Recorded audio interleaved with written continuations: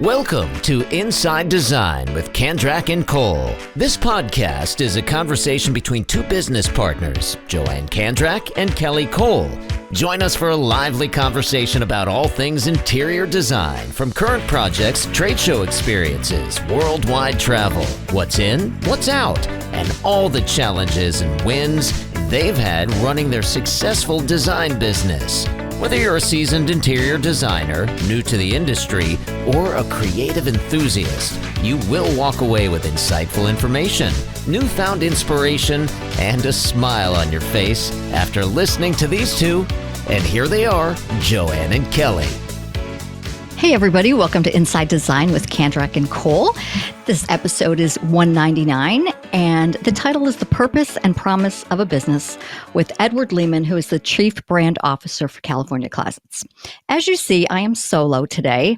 Kelly is doing a wonderful thing, and she is on a mission trip in Guatemala. So I have the honor of interviewing Edward myself. So I'm excited to share him with you. We met Edward at the See Next conference brought out by Cosentino, and it was in Cabo San Lucas, Mexico. And Edward gave a beautiful presentation. He was on stage with Jeremiah Brent, and he had so many great takeaways and so many nuggets of wisdom that we wanted to share him with our audience. So I'm going to tell you a little bit about him. He has an amazing resume. So he was born in London, England, and he came to the U.S. in 1986 to run an apparel company. After 6 years in Japan in 1998, he opened his own consulting company with a partner to connect global retailers with new opportunities in licensing, franchising, cross-border expansion, and brand development. Clients included Gap, Joe Boxer, Nike, The Body Shop, Marks & Spencer, Giorgio Armani, and many Japanese retailers. So from 94 to 98, he was the executive vice president of California Closets, where he played a key role in growing the brand. After the company was acquired, he expanded his focus to building brands across various property service companies.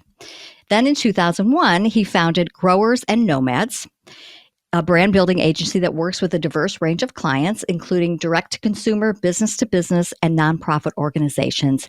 He continues to serve as CEO, and he's based in Marin County, California. Edward is known for his ability to increase market share, company growth, and shareholder value by aligning products, customers' experiences, and marketing strategies with core customer attitudes. He believes that successful brands are built on strong beliefs and values that resonate with everyone that touch. To him, a brand is a promise that must be delivered and measured. I love that. So, in addition to his professional work, Edwards was the chair and professor of design of fashion at the California College of the Arts from 1995 to 2006. He is also taught at the St. Martin's School of Art in London in the Green MBA program at Dominican University and currently teaches at Stanford University.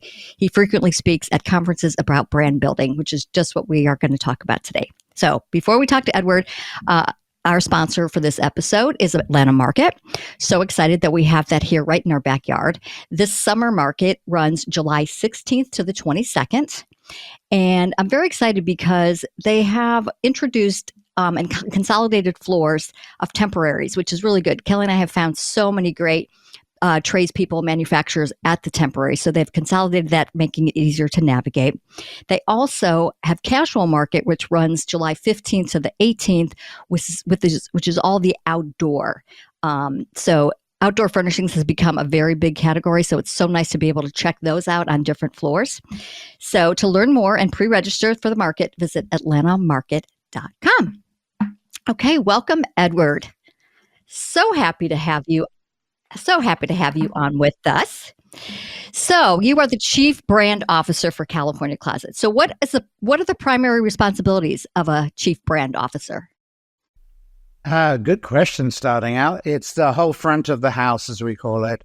It relates to the role of brand is to have your hand on the pulse of the customer and never let it go.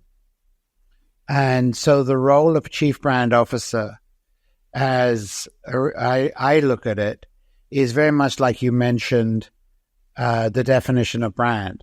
The development and the execution of a visionary promise the delivery of that promise through an extraordinary experience with your customers and different touch points, and the consistent measurement. So through various testimonies, evidence, proof mechanisms such as Net Promoter Score, Google reviews, etc.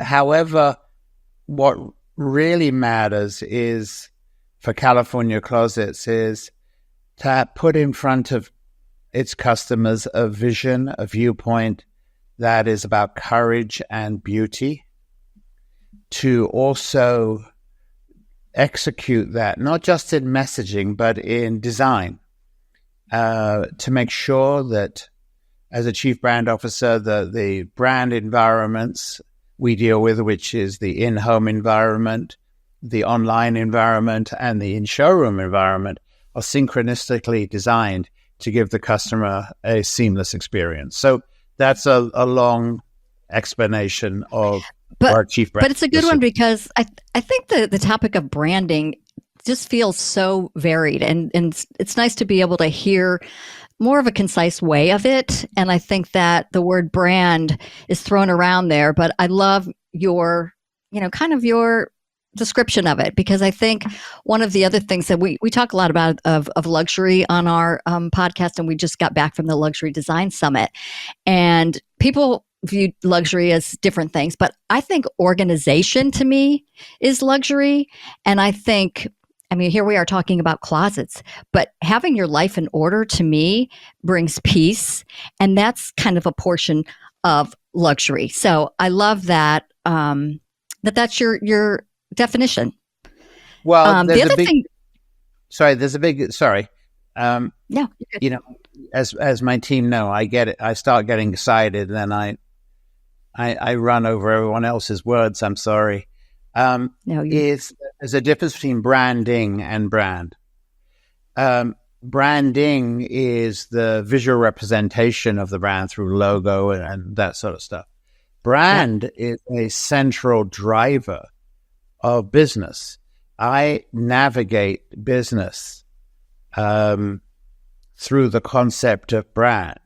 I don't know if you know the work of Paul Hawken and his work, his books, and Natural Capitalism, books like that. And he talks, and I'm very attuned to that point of view, that business has both a promise and a purpose. The sole purpose of a business is profit. That's the purpose of a business.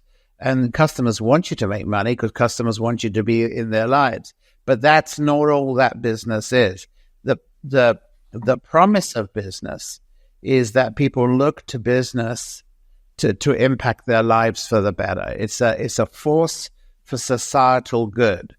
So for me, a brand has a very strong piece of engineering in it to turn an idea into reality through process. So it's a fundamental driver of business. It's all very subconscious, I think. It's the way you feel when you hear of a brand. And I think I guess that's the job of the branding officer, to make sure that message is brought across, right? Yeah, basically, it's actually quite simplistic. At every meeting, the brand has to show up, So you say, when the brand shows up, you say, okay, how does the customer feel about this? How will the customer react? How will our people react? So the brand is made up of this incredible relationship between one's own people, your teams, your employees, the structure of people that provide the customer a product or service, and the customer. It's this fierce relationship, this beautiful relationship between customers and companies represented by their people. I love that so much. So California Closets has an award-winning magazine called Ideas of Order. So what is one of your favorite issues of that magazine, and why? It's a good question. I actually I loved the first one particularly that we did, because we brought into it some wonderful people who we'd worked with, and I'd had the pleasure of working with over the years in design overall. So I think it's really important to both set the table of a theoretical basis, an aspirational basis, and then have it relate to what that company does. Our latest one is called The Belonging Issue, and that celebrates this relationship between the intrinsic feeling of home. Home is a place which looks after the people you love. And love is the most important energy ever created in this universe. And the treasures and memories of your life, which is your possessions. So there's this incredible relationship between the feeling of belonging and the storage and organization and maximization of your belongings. So I think for me, the first one was really wonderful, and the latest one, The Belonging Issue, because we consciously created the magazine issue to talk about what we care about most at California Closets. I love that. So if people want to see that, it's just ideasoforder.com? Yes, it's ideasoforder.com right now. We're actually about to, in the next few months, have a new website, and Ideas of Order will be inside the main site. As you know, we also have the podcast that we do. And the idea, yes. The idea is, as a brand should have an intellectual asset. It's, as you know, I think my belief as a design-driven leader is you can only do who you are. So the question is, who are you? So California Closets is in the business of designing and installing different rooms in the home. We've been around 45 years. But that's not who we are. We're a group of people with deep beliefs of how home is the central place of life and love. And we serve that. And that is a much bigger idea than what storage system or organizational system you're going to put in your home. So I love that. So it makes sense to me that Jeremiah Brent is the host, because I'm currently reading his book, and his philosophy is the same as yours, that everything is love, and this, well, as he calls it, the space that keeps you. So I love that he is the face. Yeah, yes, he is. He's so. It's horrible to be on stage with him because look at him, But oh yeah, I've never heard him speak before. I know he's amazing. I've never really heard him speak, and I didn't really know much about him other than the fact that he was Nate's husband, and I've seen him in, on social media and pictures. But after, your conversation, Kelly and I just loved your presentation and your talk with him. And it was because it felt so like sweet and so real. And what you talked about was not fluffy. It was just true love and home and family. And I think that's what everybody craves. And I love that he is the face behind that, because that's what his thoughts are. So I love the idea that California Closets has a podcast and a magazine. I think it says a lot about the company. Yeah, thank you. I mean, Jeremiah is lovely to work with. And the thing about Jeremiah is that he has the same set of values we have as an organization. It's yes, he is a celebrity, but it's not the celebrity bit that attracts us to him. He never forgot. He's never forgotten where he comes from. He comes from the Central Valley of California, and his mother dreamt for many years to be able to have a California closet. She got one, a very simple California closets. But he speaks from the heart, from the inside out. And that's so wonderful. And yes, we have this magazine and this podcast because we have a point of view that we want to express to the world, from which what we do emerges. Yeah, I love that. And Kelly and I talked about, we've had a successful business running for 19 years right now. And I think we're very high touch with our clients. And you spoke about the human component, which I think was amazing, that said the concept of see me, know me, like me, trust me. We could totally relate to that. So can you speak more about that? Because I loved your presentation talking about this. Well, see me, know me, like me, trust me is foundational B2B marketing, in that it's a relationship orientation. You could have all the awareness marketing, let's call it the advertising and the social stuff, and you can have all that, of course, and you want it to be sincere. You don't want it to ever talk down to anyone. But what really matters is, and I think this particular in the design world, is the relationships that people have with each other. And so if you look at the see me, know me, like me, trust me, first of all, you have the see me bit, which is awareness. You've got to be seen. And how are you seen in the community, in the neighborhood, in the world overall? But how do they get to know you? They get to know you through human contact. I lived in Japan, as you may remember, for some years, and there's a concept there called skinship, which is the concept of relationship taken down to touch. It matters that you look someone in the eye, you shake their hand, you have a meeting, you have a discussion. That's the know me. Trust me is the moment where they trust you, literally, with their money or with their order or whatever it is. And you have to perform, you have to deliver your promise. And that's how you win the trust. And once you've got see me, know me, like me, trust me, then you've got them forever. So that's the whole thing in it. It's an anthropological concept of business, which is ages. It's as old as the world, that thing. But people forget about it. Business is a very simple anthropological concept executed between two human beings. The most sustainable thing a human being can do is to have a long-term relationship with another human being. That is foundational to business, in my opinion. Absolutely. I think so too. I think about times when I've had to hire somebody, and of course you're going to hire somebody that you like and who portrays themselves as trustworthy.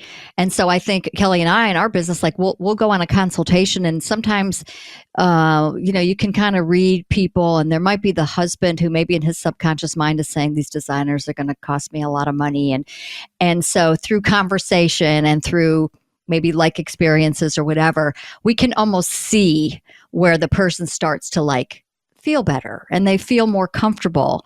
And so I think, in any job, it's basically a sales position, but right, you want to be able to convey to people that they can trust you. And you're right. That's a really big deal.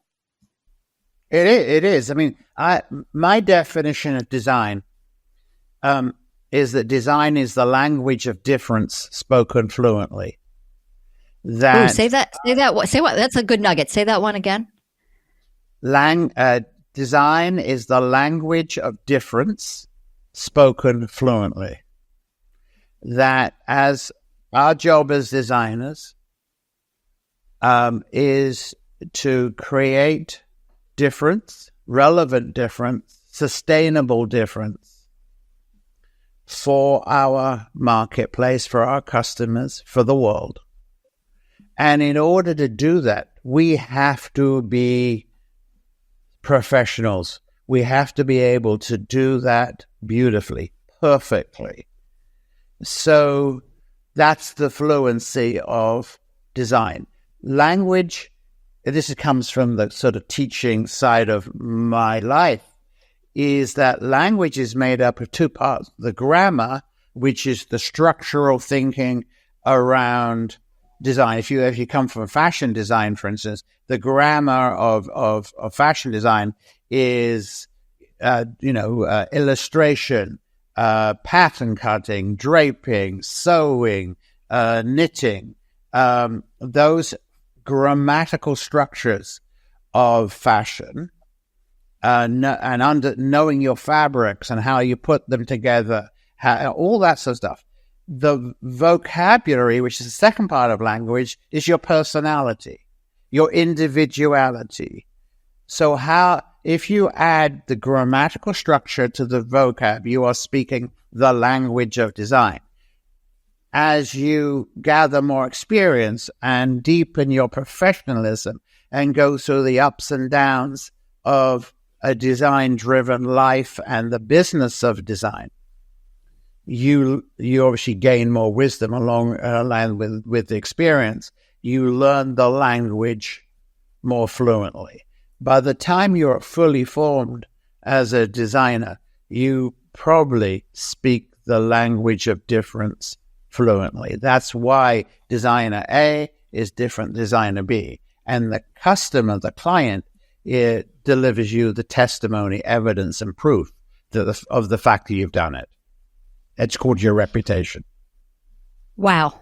That whole thing you just said needs to be a soundbite because it's so good. It's so good. And I think the other thing is when we went to the Luxury Design Summit just a couple of weeks ago in Cape Cod, and Kathy Kuo, who has a business, she talked a lot about brand. And she goes so far as to, when she deals with her employees, that they understand the brand. They have to read the mission of the company and the brand values, sign it, and make that part of their everyday. And I think that's very important. Yeah, last week I was in New York, and I was on stage at a Hearst, it's called something called the Hearst Collective. Yes. And I was on a panel with Kathy. It was Kathy and myself being interviewed on stage there by Jess from House Beautiful. And Kathy is formidable. Yes. I mean, yes, if you survive panels with Jeremiah Brent and Kathy Kuo, and you're still breathing to do this podcast with you, it's a miracle.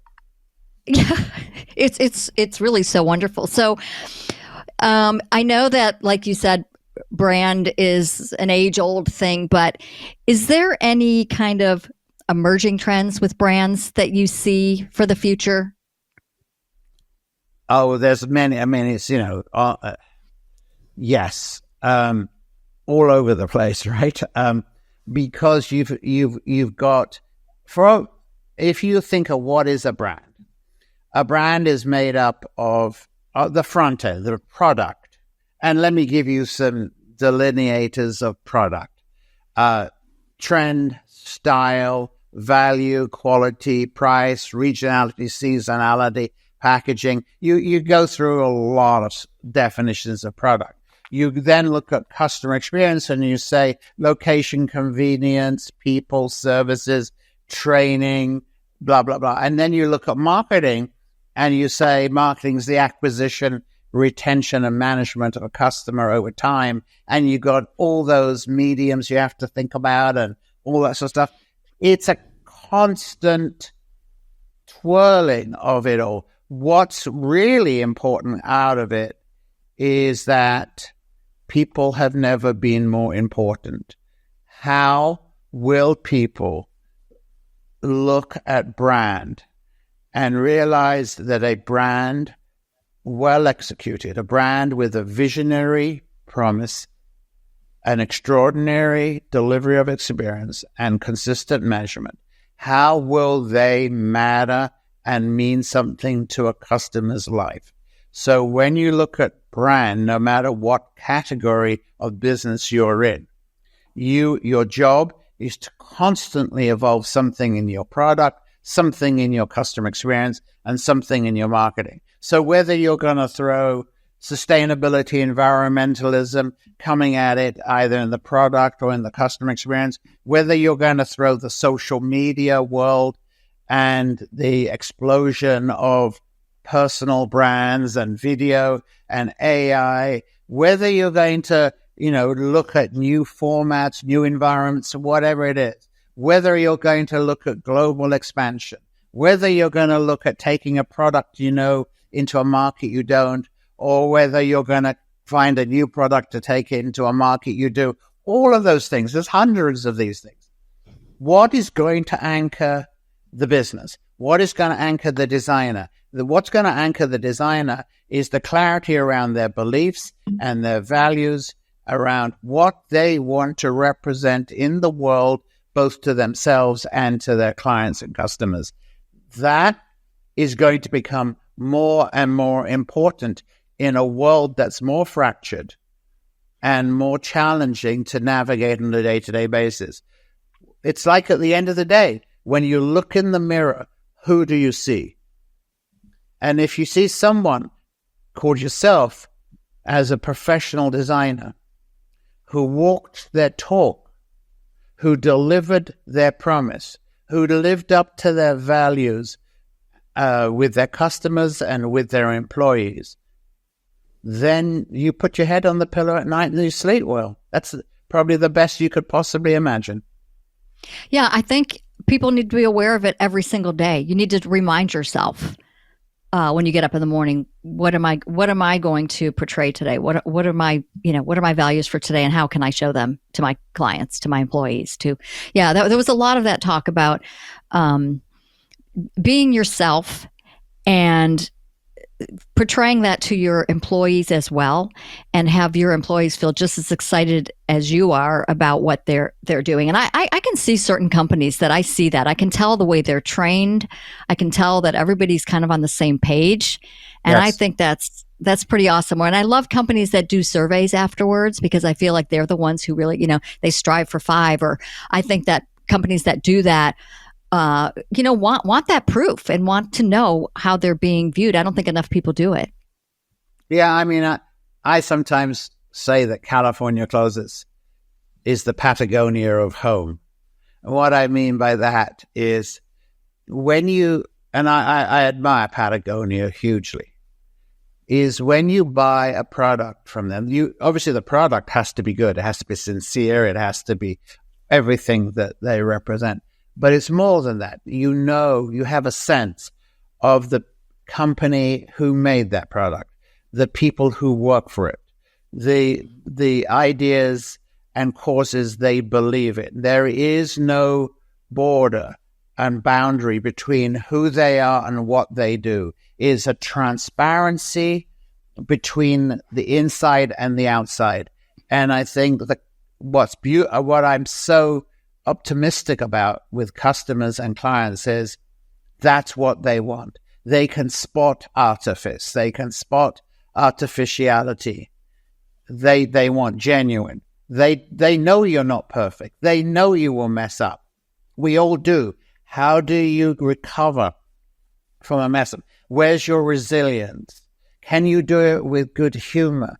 Can you do it in an open communication way? Can you do it that shows frailty and intention and humility and grace and gratitude and kindness and respect?